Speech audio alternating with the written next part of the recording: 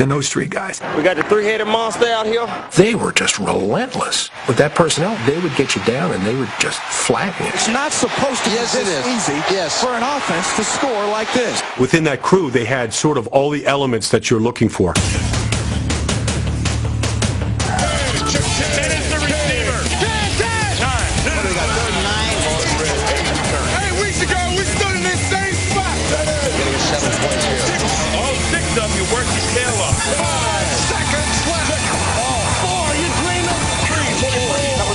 Number 3. Evidently 2 rushing 2 weeks.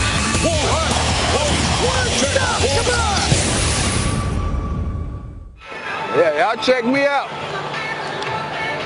I look good. Receivers are known to proclaim their greatness. Well, y'all don't know, I just look like this. I'm the man. Big game, man. I got big game. And as much as we love a good T.O. soundbite, I love me some me. On this list, we're more interested in how these guys function as a group. Every great quarterback needs great receivers. 1, 2, 3. T-S-O-E. So what makes a great receiving core? You got to be almost perfect. Perfection is nice, but you'll need more than 2 receivers to make the cut. We got too much firepower. And no one-year wonders here. Longevity is a must. Jerry Rice is the touchdown scorer of the century. Hall of Fame and Super Bowl credentials will be considered as well. A lot of y'all ain't got that out there. All of them. So who's at the top of our list? Let the debate begin. How could there be 3 better receivers than those 3 guys? Here are our top 10 receiving cores of all time. The number 10 receiving core of all time, the modern-day Colts. The great thing about Peyton Manning and the Colts offense is that they can hurt you in a variety of ways. Touchdown! Reggie Wayne! Touchdown, Dallas Clark! Marvin Harrison! He got it! What a circus catch! Touchdown! 87 yards! Whoa, doctor!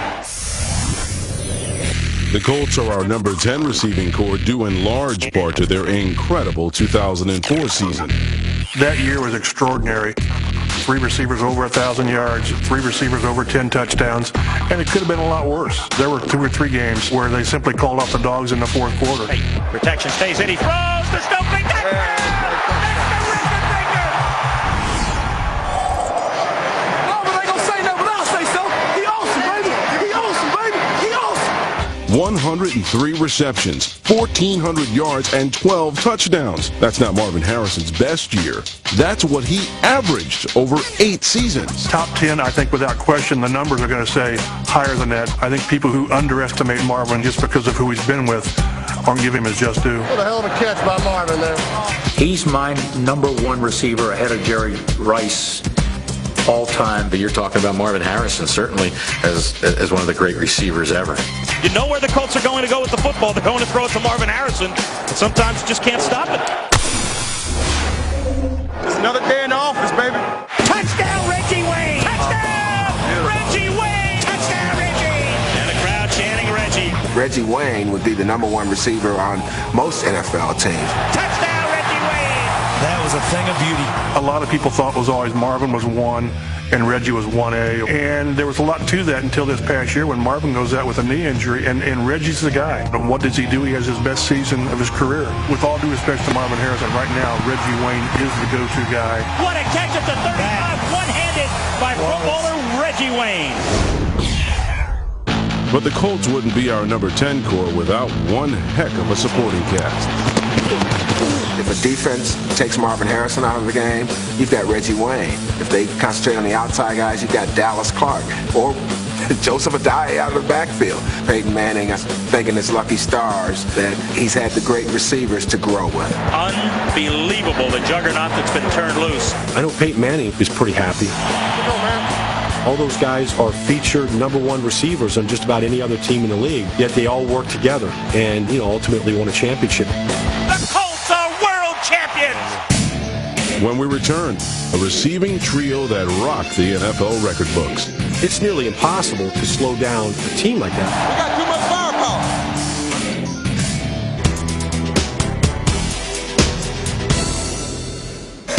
Some Super Bowl runners-up finished just out of the running on our countdown. Andre Reed, James Lofton, and Don Beebe got the K-Gun to 4 Super Bowls, but couldn't make our list. What a way to end a tremendous season. Steve Breston, Anquan Bolden, and Larry Fitzgerald each had 1,000 yards in 2008 as the Cardinals won the NFC. Larry Fitzgerald stabs the ball out of the air. Good day to throw.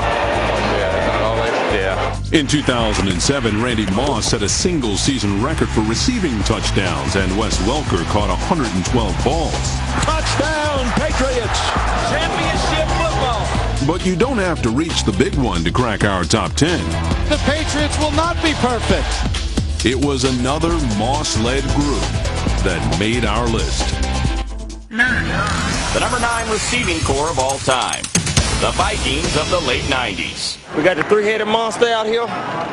86, 80, 84. Deep downfield, it is to Carter. One-hand catch. That was a one-handed catch. What a magical receiver that guy is. Chris Carter, Randy Moss, and Jake Reed. You had 3 threats that could hurt you on any different level. Deep, short, intermediate, inside, outside. What a great catch by Randy Moss.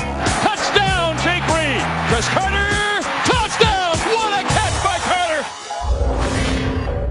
After being released by the Eagles in 1990 for substance abuse, Carter was signed off the waiver wire for the modest price of $100. They got him for a Benjamin. It ranks right up there with the Louisiana Purchase. Chris Carter, it is caught. Carter, touchdown, Vikings. Greatest catch I've ever seen. The guy never dropped passes. I remember playing in the Pro Bowl with him and him making catches in practice that was like, are you kidding me? Like, this guy really is one of the greatest receivers of all time, in my opinion. Chris Carter with a one-hand grab. There's no way you can tell me this guy is the greatest receiver in the league. Probably the best $100 the Vikings ever spent. Make the play. Yes, sir. Make the play, won't nobody else make. That's what makes us different.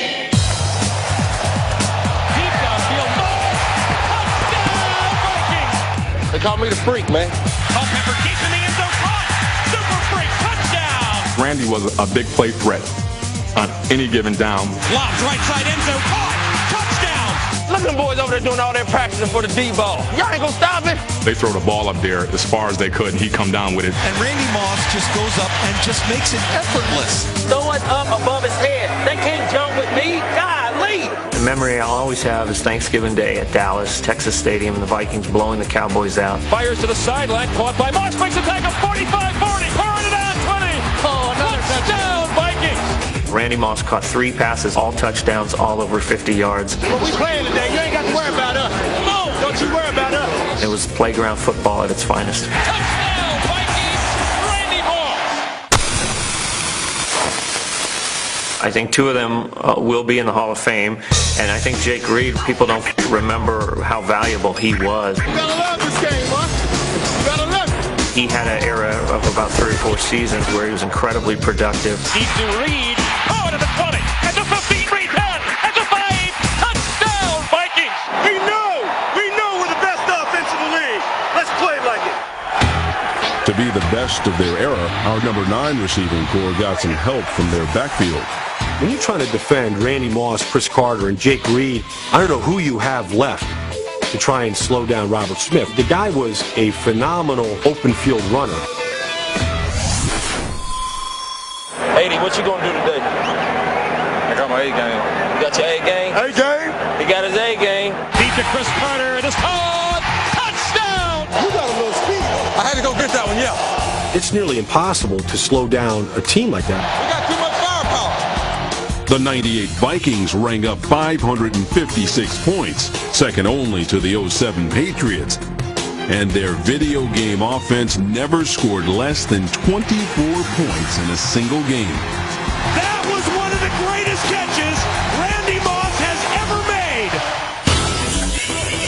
The number 8 receiving corps of all time. The Posse. Individually, Ricky Sanders, Gary Clark, and Art Monk. Collectively, the Posse. You had 3 perfectly complementary receivers, so you were pretty much picking your poison. Anybody could have that great day, depending on how the defense was playing. Grabs it, touchdown, Washington Redskins. Colts might have done it most recently, but the Posse was the first trio of wide receivers to each eclipse 1,000 yards receiving in the same season. Monk is wide open for a touchdown. Art Monk was such a danger. If you were a defense, you had to double Monk. And that left Sanders and Clark one-on-one. Fires it into the end zone. Touchdown. Wide open at the 5. Touchdown. All of a sudden you go, uh-oh, we got to take care of Sanders and Clark. And there goes Monk. Throwing it down the middle of the Monk. Touchdown. To me, what's really amazing when you have 3 receivers like that is that you're able to keep them all relatively happy. Touchdown. Redskins always did a pretty good job of that. What an incredible catch by Gary Clark. Got a man. Diving catch. Touchdown. Art Monk dropping a pass was like something you document. I don't 3 passes he'd ever dropped, I remember. He was an absolute clutch player. Despite ranking 6th all-time in career receptions, the Posse's ringleader was passed over for the Hall of Fame 6 times. That all changed in 2008. I don't want to single anybody out, but Art Monk got in. That's pretty neat. I know it's been a long wait for him. Got him on the run. It's Clark. Horse race. Gary Clark burned out treadmills at Redskin Park. When he decided he wanted to play football, his dad said, okay, you're going to have to be able to run. So he would put him out on a country road in Harrisonburg, Virginia, and follow him in a car. And if he slowed down, he'd get run over. And he's going to throw another fly pattern. There he is. Touchdown. Monk was like the muscle car that was great at key possessions. Clark was sort of like the small little sports car that could go in and out, nooks and crannies. He had deep threat as well, but Sanders was just pure speed. Speed is great. He would run by you as he did the Broncos in that Super Bowl. Got Sanders on the fly at midfield. He's gone. Touchdown. Washington Redskins. Sanders set Super Bowl records with 193 receiving yards and 2 touchdowns. Sanders in the clear at the 10. Touchdown, Washington Redskins. It's a new Super Bowl record. After the Super Bowl, we had an opportunity to go to the White House and present President Ronald Reagan with a football and a jersey. They came in and said, Rick, you're going to go in last. The president going to yell your name and you come out and catch the ball. I'm like, all right. He got to the mic and he said, where's Ricky Sanders? Where's Ricky Sanders? Where's Ricky Sanders?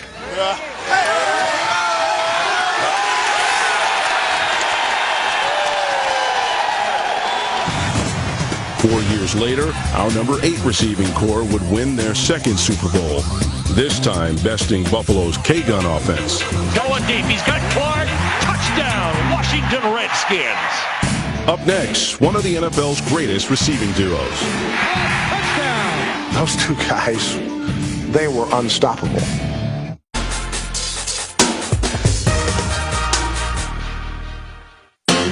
Many great receiving duos were 1 star short of making our list. Touchdown, Brett Perriman, Herman Moore. What a grab. But the omission of 1 pair in particular caused quite a stir. No John Stallworth and Lynn Swann? What's wrong with you guys? No, that's a bad move by somebody. Let's face it, fantasy leagues have permeated our minds to the point of making us all stupid. All we do is look at numbers, so I can see why they're excluded. But I saw those guys play. I know how good they were. They were extremely good. Stallworth, Swan, and who was their tight end? Huh? Grossman? Give me a break. The guy couldn't even run down the field 7 yards. Thanks, Phil. But one prolific duo did come in at number 7. The number 7 receiving corps of all time, the Marx Brothers. You could take Mark Clayton or Mark Duper and hold their numbers up, and they're twice the career numbers of Lynn Swann. Touchdown. Great reception by Mark Clayton. Caught by Duper. He may go. Duper scores. 25-20. Duper will never touch it. Touchdown. I wonder, with another quarterback, with the Marx Brothers, would we ever remember them? I doubt it. Were they really stars, or were they just products of Dan Marino? You know, it's easy to say, hey, it was Marino and Marino in his prime. They were unstoppable. Caught for a touchdown. Holy Toledo, what a grab. Well, they probably couldn't have done the things that they did without Dan Marino, and Dan probably couldn't have done the things that he did without the 2 Marx Brothers. 10, 5, Dolphins. I'm glad you sat up here enjoying this. And you got a guy like a Mark Clayton that, I don't care how small the hole is, he's going to find a way to get in there and sit down, catch the football, and then break tackles and get into the end zone. Mark Clayton was just a great athlete. He was a small receiver, but he became a big receiver in the secondary by his ability to jump and go up and get the high throws. Both feet in bounds and held onto the football, showing what a great receiver he has turned into.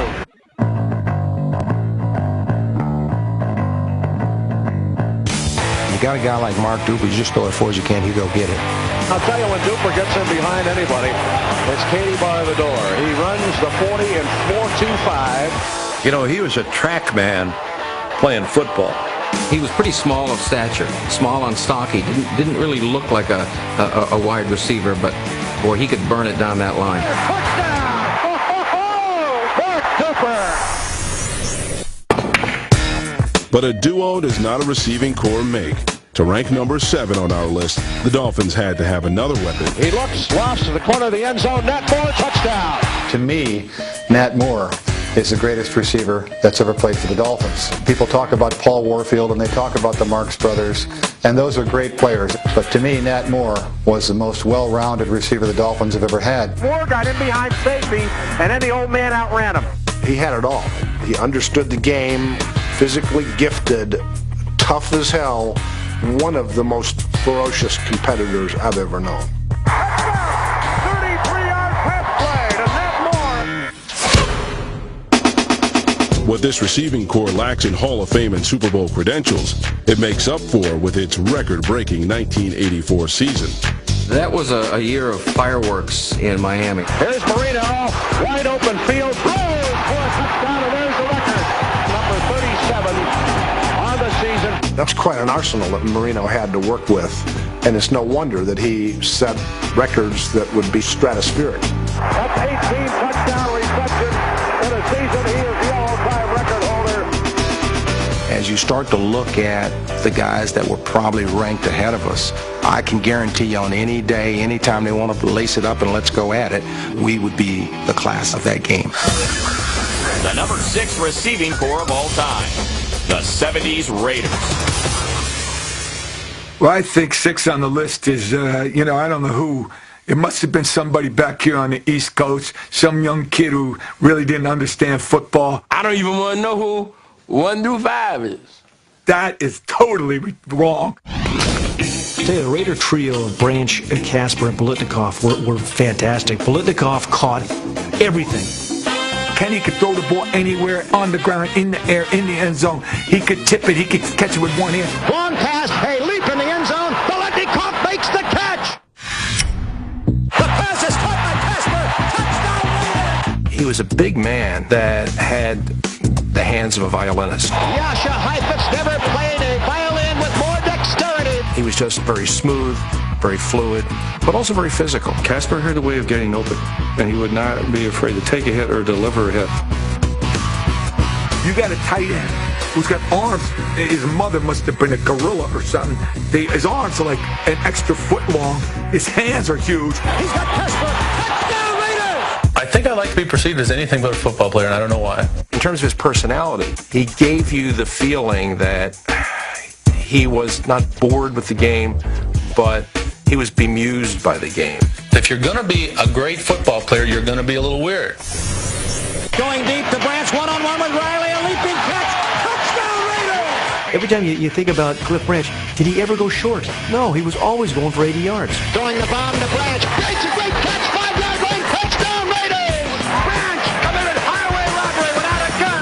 Not just a fast guy, but a fast guy who absolutely knew how to play the ball brilliantly. Branch against Livers. Branch catches it. Touchdown, Raiders! Of those 3, Cliff Branch, to me, might have been the best guy. And I remember talking to some of the Chargers, and they said of that group, Branch was the guy who scared them the most. And yet, Cliff Branch is in the Hall of Fame. I'm not sure why. With all this talent, why is the Raiders receiving core only number 6? Maybe a sticky orange goo is to blame for their slide down the list. Was it cheating? No, there was no rules against it. Every team in the league had that stuff. I just put on a little just to make it tacky enough, just to see what it would be like, and it was amazing. Biletnikoff, touchdown Raiders! And I always carried it on my sock so I could dab my fingers in it all the time. The worst thing was that he always had gum. Now his fingers are all filled up with stickum, so there's no way he's going to open up the gum. And he couldn't put it in himself. Not when he put all that glue on him. Fred didn't need it. That was the interesting thing. I mean, he had the best hands of anybody I've ever seen play the game. If he could get a fingertip on it, he'd find the rest of the way to get his hand on it. In Super Bowl 11, the controversial pass catcher set up 3 Raiders touchdowns and was named the game's MVP. There are not 3 better receivers than those 3 guys. Think about it. You got a tight end, could catch anything, and didn't care about getting hit. Best tight end to ever play the game.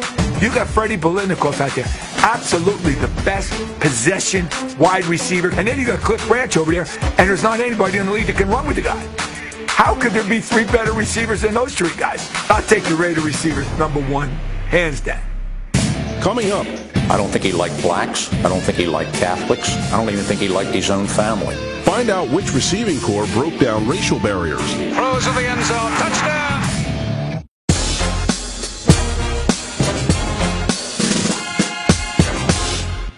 We're counting down the top 10 receiving corps of all time. Let's recap the list so far. Number 10, the Colts light up Peyton's place. Harrison, he got it! What a circus catch! Number 9, the Vikings fearsome threesome. We got the 3-headed monster out here.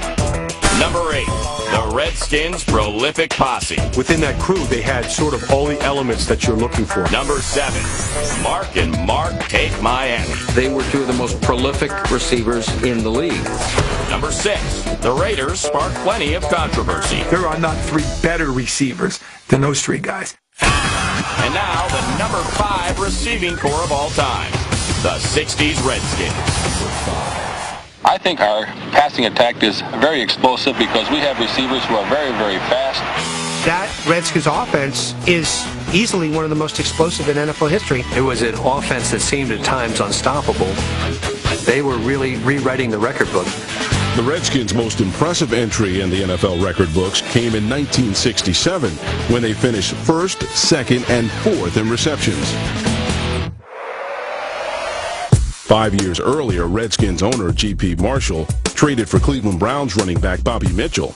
Whoa! I'm going to the Washington Redskins, of all places? Washington was the NFL's only all-white team until the federal government forced Marshall to integrate. I don't think he liked blacks. I don't think he liked Catholics. I don't even think he liked his own family. His friends will tell you that he really wasn't a racist, that he just was somebody who didn't like to be told what to do. I'm standing out on the field, and Bill McPeak, the head coach, comes out. He said, "What do you think about going outside as a receiver?" I said, "Okay."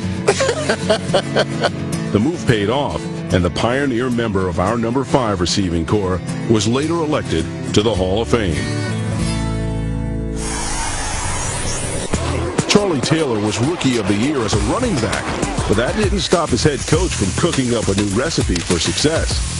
Charlie Taylor could not harness his speed at halfback, so at midseason, Otto Graham switched him to end, where Charlie had room to roam. I can only think of 3 people who made that transition pretty well. It's Lenny Moore, myself, and Charlie Taylor. Charlie was a tremendous competitor. He never felt that the guy on the other side was better. The guy was just so tough. Defenders would bounce off of him. Here's a guy that came into the league as a running back, and when he retired, he was the number 1 receiver in the history of football. In 1984, Taylor became the 2nd member of our number 5 receiving corps to be inducted into the Hall of Fame.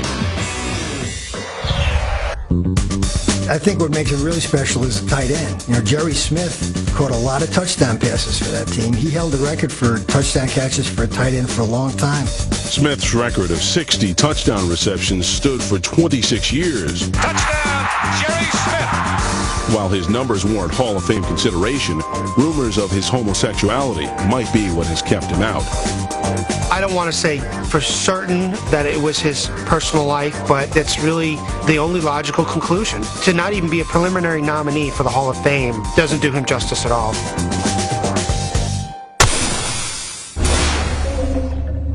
I believe football should be fun for me as the coach, and also fun for the players, and fun for the fans.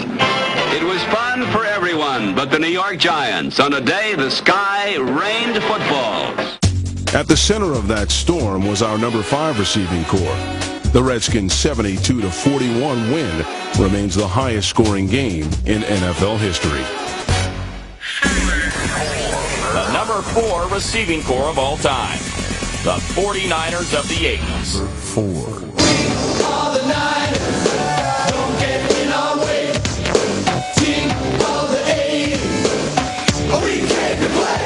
The 49ers of the late 80s couldn't carry a tune, but they sure could catch a pass. It was an embarrassment of riches in a variety of ways, too. One guy was a third down guy. One guy was a touchdown guy. Touchdown, Jerry Rice. One guy could break one when you least expect it. Taylor will go. Touchdown for the 49ers. So it was a spectacular array of talent. It was pretty amazing, the clockwork of that offense, and you just knew that somebody was going to be open.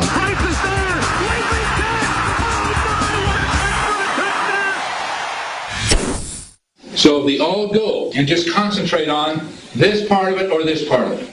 But was the success of our number 4 receiving corps due entirely to Bill Walsh's West Coast offense? The system was really the key for that passing game. If the receivers weren't open, you could look into the backfield and maybe throw it to Roger Craig, or you could have a tight end like Brent Jones. While the system was crucial, no group executed it better than the 49ers. The thing that you have to give that group credit for was they were taking this newfound offense and now showing the world how to play offense. What a catch he made on that for the touchdown. Well, I think Jerry Rice is the greatest receiver of the modern era. Jerry's numbers during the regular season are remarkable. He's done it! Jerry Rice is the touchdown scorer of the century. But he was just as good, if not better, in the postseason. Looking for the end zone, throws a pass, Jerry Rice! Touchdown 49ers! The boy is going to party tonight. I think you could say unequivocally that Jerry Rice was the greatest wide receiver that ever played the game. He's amazing. He's just doing things that no one else in this league is doing. Jerry Rice was surrounded by greatness. Tom Rathman and Roger Craig at running back. Lobs it to Craig. Touchdown 49ers. Roger Craig, of course, being the first guy in NFL history to receive and rush for 1,000 yards in the same season. Roger Craig is a rare find among NFL running backs. A man possessing sprinter speed, fullback power, and receiver's hands. John Taylor on the other side.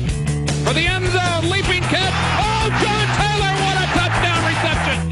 Now you had the Montana to Rice, but boy, there was always Taylor there. You know, he was one of those kind of days where, hey, we got Rice bottled up, but wouldn't you know it, John Taylor goes for 18 catches for 240 something like that. It's a touchdown! John Taylor, another spectacular touchdown! Super Bowls are a mark of greatness, and that's why the 49ers are our number 4 corps.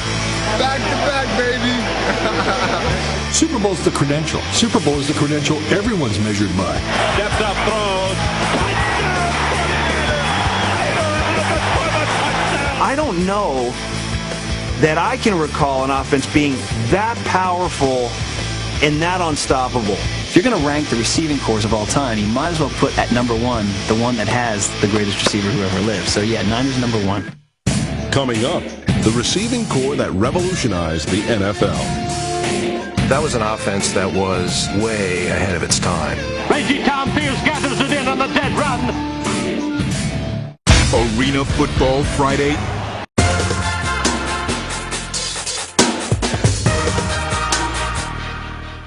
We shall pay any price, bear any burden. Overshadowed by the coronation of Camelot, pro football experienced its own revolution in the swinging 60s.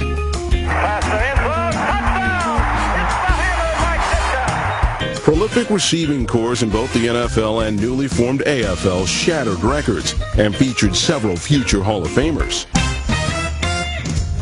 The Philadelphia Eagles had a one-dimensional offense, but that didn't stop Tommy McDonald and Pete Retzlaff from winning an NFL title. Everybody they played knew the only thing they could do was throw the ball. And yet they went out every week and they were still able to win because these receivers were that good. Led by Billy Groman and Charlie Hennigan, the Houston Oilers scored over 100 touchdowns in the AFL's first 3 years. But it was the Los Angeles Rams a decade earlier who pioneered the vertical passing game. The number 3 receiving corps of all time, the 50s Rams. The Rams really threw the ball around the field in the early 50s.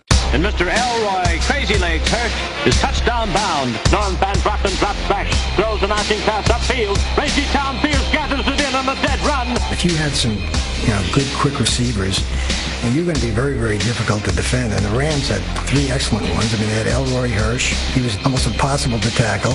You had a guy like Tom Fears, who caught all the intermediate stuff. And then you had Bob Boyd, who was an NCAA 100-yard dash champion. But Bob Boyd gets both hands on it and races to complete a 61-yard touchdown play. Our number 3 receiving corps benefited from Coach Clark Shaughnessy's innovative 3-end offense. That was an offense that was way, way ahead of its time. They brought into the game the spread of wide receivers. And in fact, they would even take a tight end, spread him out, and in some instances had as many as 5 wide receivers in formation. That was really revolutionary. It was a formation that you'd see from time to time in the NFL, but only in desperate circumstances. But with the Rams, it was a staple of their offense. Norman Van Brocklin to Tom Fears. Sears the Lion secondary, and the ball's on the Detroit 14. Waterfield crosses a nifty aerial to Crazy Legs Hirsch. In Crazy Legs, the Rams had one of the all-time nicknames to go with one of the all-time receiving corps. I wobble back and forth, and the legs go kind of like an egg beater. If you've ever seen a girl run from behind, I run kind of like a girl. I always appreciated it because anything's better than Elroy. But nobody was better than Hirsch, whose numbers were dazzling. He had 17 touchdown catches in a 12-game season. The average gain on those 17 touchdowns was 48 yards. Quarterbacks used to say he had eyes in the back of his head. He could outstretch his arms and pull a ball in over his shoulder, seemingly without even looking behind him. Crazy Legs Hirsch is in the clear, and it's touchdown Rams. As is tossed to Tom Fears, sears the defense and brings tears to the Green Bay supporters while Los Angeles nears the promised land. Tom Fears is a Hall of Fame receiver, but his career almost went down a different path. As a rookie, he came in. He was actually playing on defense, and in his first game had 2 interceptions, I believe, returned 1 for a touchdown. And at that point, his coach decided, well, that's too valuable of an asset to be putting in on the defensive side of the ball. And he said, this is a guy that clearly has the ability to be a ball hawk. Tom Fears, the young rookie from UCLA, who was to win the receiving championship in his first season. Fears set a record with 84 receptions in a season, and his mark of 18 catches in a game stood until Terrell Owens broke it 50 years later. Right side to Owens, who makes the catch and is breaking a new record every time he catches the ball now. To this day, the Rams hold the record for receiving yards in a game with 554, making them a core for the ages. You had 2 Hall of Famers in Hirsch and Fears, and then you had a guy, Bob Boyd, who had 1 year where he gained over 1,200 yards receiving, which is back in the 12-game season. That's 100 yards a game. Fires to Bob Boyd, who makes a beautiful catch. In terms of the way they impacted the game, I think the Rams of the 50s will stand as one of the great passing teams that ever played. Up next, a receiving corps so good, they needed a nickname. It's not supposed to be this easy for an offense to score like this. My gosh, it was an explosive offensive football team. Do you know how you will...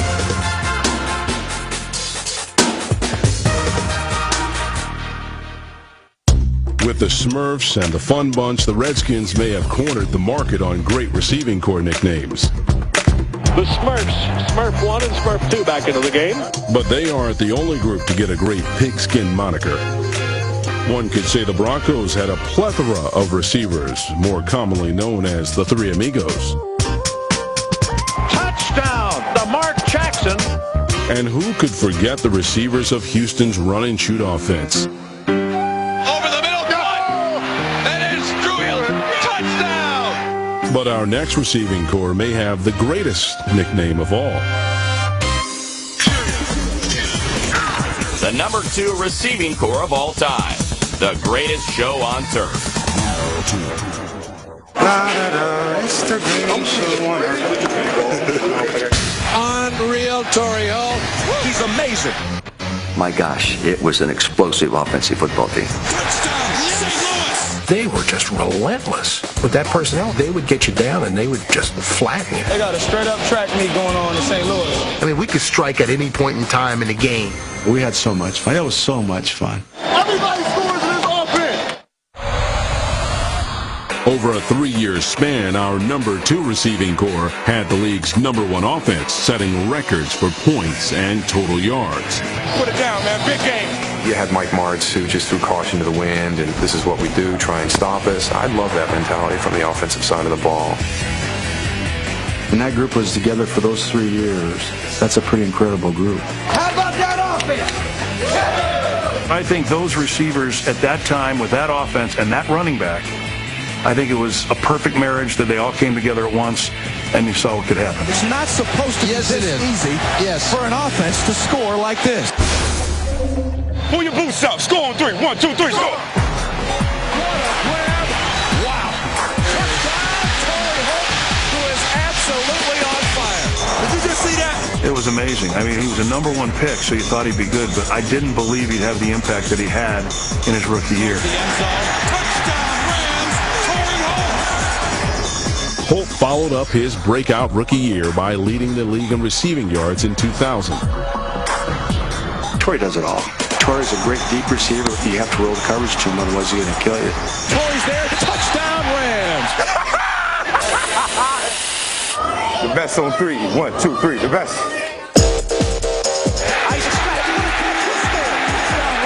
Unbelievable. Well done by number 80. He's quietly had one of the best careers ever in this league. The late Jack Snow always said he was the best route runner he'd ever seen. And the thing about Isaac Bruce was he would never drop the ball that I can recall. And it is caught by Isaac Bruce. And they won't catch him today. Touchdown, Rams! Do not be afraid of excellence. The Rams would not be our number 2 receiving core without Marshall Faulk. The former MVP averaged 83 receptions, over 900 yards, and 7 touchdowns over a 3-season period.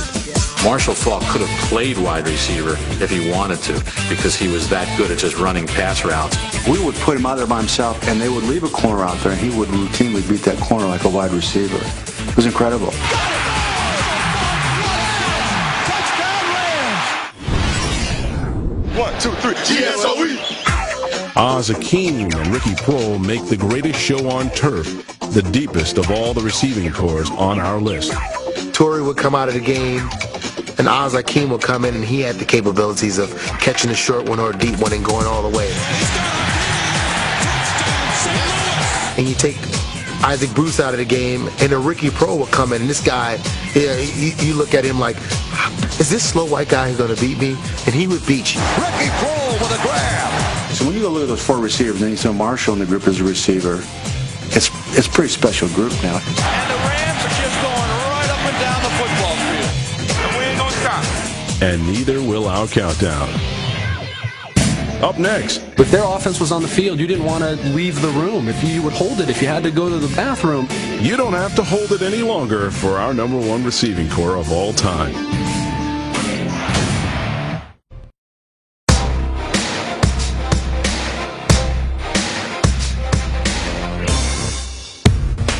Before we reveal the number 1 receiving core of all time, let's catch up with the rest of our list.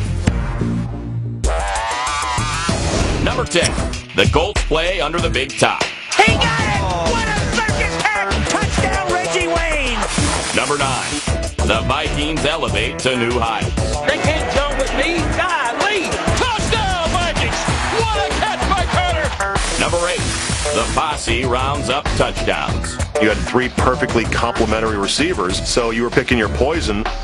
Number 7, the Marx brothers make their mark in Miami. That's quite an arsenal that Marino had to work with. touchdown. Number 6, the Raiders spark plenty of controversy. How could there be 3 better receivers than those 3 guys? Number 5, hail to the Redskins of the 60s. It was an offense that seemed at times unstoppable. Number 4, the Niners make opponents blush. It was an embarrassment of riches. And you just knew that somebody was going to be open. Number 3, the Rams get radical. They brought in 5 wide receivers. That was revolutionary. Number 2, the greatest show on turf. Forget the big red S. Superman wears a 2 and 8 on his chest. And now, the number 1 receiving corps of all time, Air Coryell.